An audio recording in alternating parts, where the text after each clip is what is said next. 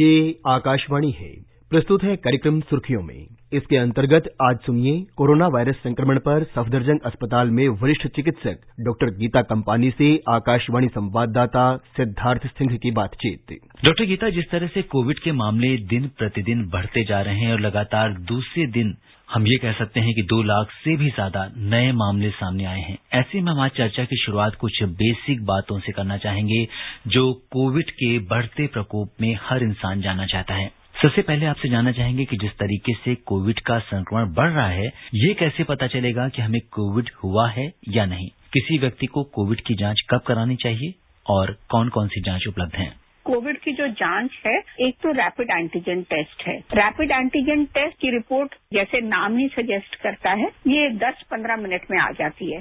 Rapid antigen test अगर positive है तो रिपोर्ट पॉजिटिव मानिए, लेकिन अगर रैपिड एंटीजन टेस्ट नेगेटिव है तो आपको अगर सिम्टम्स बहुत लगता है कि ये पेशेंट को कोविड है, जैसे पेशेंट को गले में खराश हो रही है, बॉडी में पेन हो रही है, बहुत थकावट लग रही है, हल्का बुखार है 100 के करीब, तो खांसी भी हो सकती है, बुखार तेज भी हो सकता है, लेकिन अक्सर बुखार 100-101 के बीच में रहता है। उसको टेस्ट नहीं पता चल रहा है, टेस्ट सेंसेशन खराब हो गई है, स्मेल सेंसेशन भी कभी खराब हो सकती है। तो ये सिम्टम्स अगर आ रहे हैं तो उसको कोविड का टेस्ट कराना चाहिए। लेकिन अगर नेगेटिव है और पेशेंट को सिम्टम्स बहुत टिपिकल हैं कोविड के, फिर उसको आरटीपीसीआर करवाना चाहिए।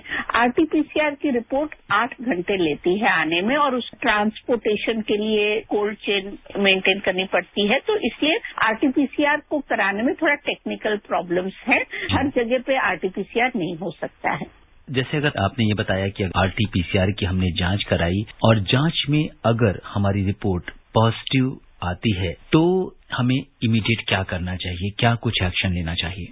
देखिए, अगर आरटीपीसीआर की रिपोर्ट पॉजिटिव आती है तो आप मानिए कि आपको कोविड है। तो अगर तो सिम्टम्स बहुत माइल्ड हैं, जैसे आपका लो ग्रेड फीवर है 99-100, आपकी सैचुरेशन जो है पल्स ऑक्सीमीटर से वो अबव 95 है, आप होम आइसोलेशन आपको एडवाइस की जाती है। आप घर में रहिए फॉर 17 डेज। इसमें से 10 दिन तो स्ट्रिक्ट होम आइसोलेशन है, एक कमरे में रहिए, अपने जो बर्तन भी हैं वो अलग रखिए, उनको आप स्वयं 1% हाइपोक्लोराइड सोल्यूशन में धो के उसमें डाल सकते हैं, और अपने कमरे की सफाई भी खुद कर लीजिए, और मास्क पहन के रहिए कमरे में।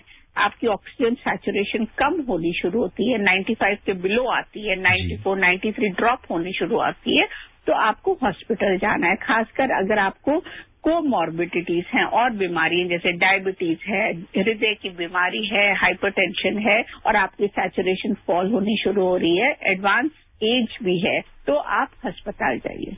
और यहाँ पे एक केस ऐसा भी देखा गया है जहाँ पर ऑक्सीजन लेवल बहुत फॉल नहीं करता है, लेकिन अगर मरीज का जो टेम्परेचर या तापमान 102, 103 हाई ग्रेड फीवर है, लेकिन ऑक्सीजन लेवल बहुत कम नहीं है, तो क्या ऐसे में भी हमें उसे अस्पताल में भर्ती करना चाहिए? देखिए, अगर बुखार 3-4 दिन हो गए हैं और पैरासिटामोल से कम नहीं हो रहा है और तेज बुखार चल रहा है, तो इस मरीज को भी अस्पताल जाना चाहिए।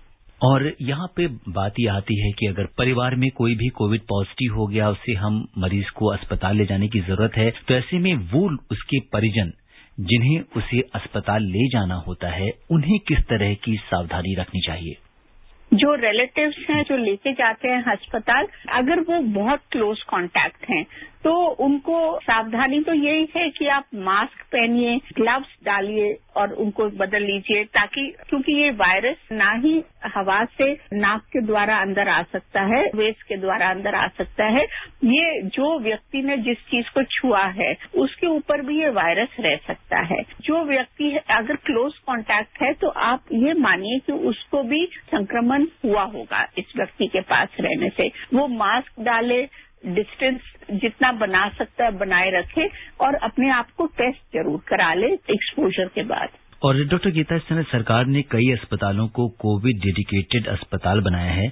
ऐसे में इन अस्पतालों में क्या कोविड की पॉजिटिव रिपोर्ट आने पर ही भर्ती हुआ जा सकता है? क्योंकि कई बार मरीज की तबीयत खराब होने लगती है संक्रमण के बाद और उसकी जो RT-PCR रिपोर्ट है वो बाद में आती है। पर ऐसे में अगर हमें इन कोविड डेडिकेटेड हॉस्पिटल्स में जाकर इमीडिएट एडमिशन लेना हो तो उसके लिए क्या नियम है? देखिए, 2 तरह के बेड्स होते हैं अस्पतालों में। एक तो सस्पेक्ट बेड्स हैं, मतलब जिनमें पेशेंट की RT-PCR रिपोर्ट आई नहीं है लेकिन सस्पिशन है कि इसको कोरोना हो सकता है, क्योंकि उसकी एक्सरे में ऐसे शैडोज हैं, बुखार है, सैचुरेशन फॉल हो रही है। ऐसे सस्पेक्ट बेड्स हैं जहां पेशेंट को एडमिट किया जाता है और उसका RT-PCR वहां से कराया जाता है। दूसरे बेड्स ये हैं जिनमें पेशेंट ऑलरेडी डायग्नोस्ड है कोरोना पॉजिटिव और उसको सैचुरेशन कम हो रही है या बुखार उतर नहीं रहा है, तो वहां पे एडमिट कराया जाता है। वो कोविड पॉजिटिव वार्ड्स हैं। और कई बार अस्पताल में जगह नहीं मिलती या कोई दिक्कत आती है और पेशेंट के अंदर ऑक्सीजन लेवल फॉल करता है, तो ऐसे में क्या घर में हम पोर्टेबल ऑक्सीजन सिलेंडर के साथ वैकल्पिक व्यवस्था, एक अल्टरनेट अरेंजमेंट कर सकते हैं?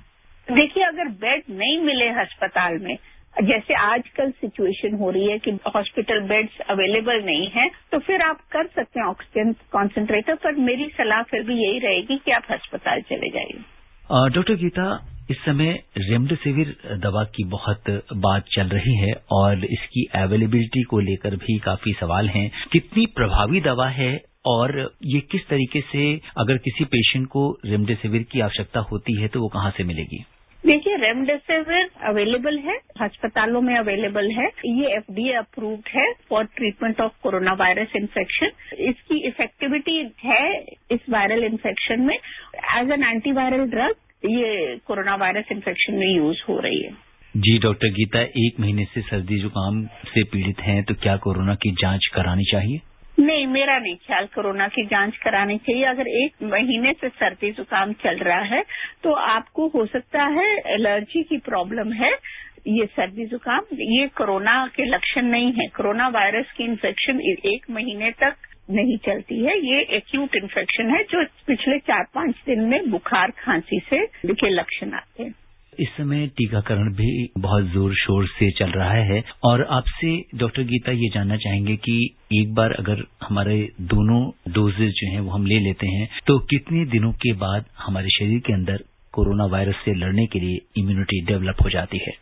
देखिए, दूसरी डोज लेने के 2 हफ्ते के बाद से आपके शरीर में इम्यूनिटी डेवलप हो जाती है, एंटीबॉडीज डेवलप हो जाती हैं। लेकिन ये परसेंटेज ऑफ प्रोटेक्शन जो है वो 74 to 92% है।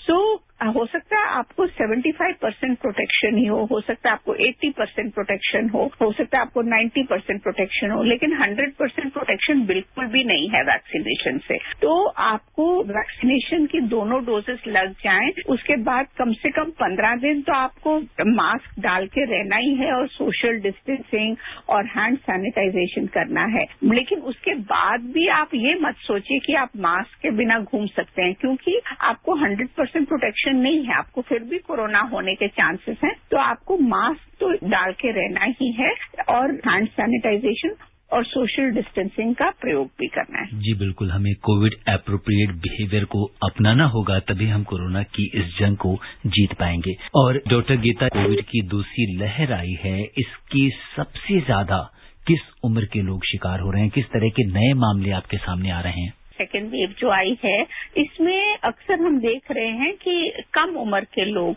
जो कि 20, 25, 35 साल के हैं वो संक्रमित हुए हैं ज्यादा। इनमें कॉम्प्लिकेशंस भी नोटिस की जा रही हैं। जो ज्यादा उम्र के लोग हैं उनमें जब इन्फेक्शन हो रही है तो वो ज्यादा सीवियर होती है, उनमें निमोनिया बढ़ जाता है। डॉक्टर गीता, पहली वैक्सीन की डोज लेने के बाद दूसरी वैक्सीनेशन की डोज जब ड्यू होगी तो किसी के पास मैसेज आता है या आपको दोबारा खुद से अप्रोच करना होता है हॉस्पिटल में?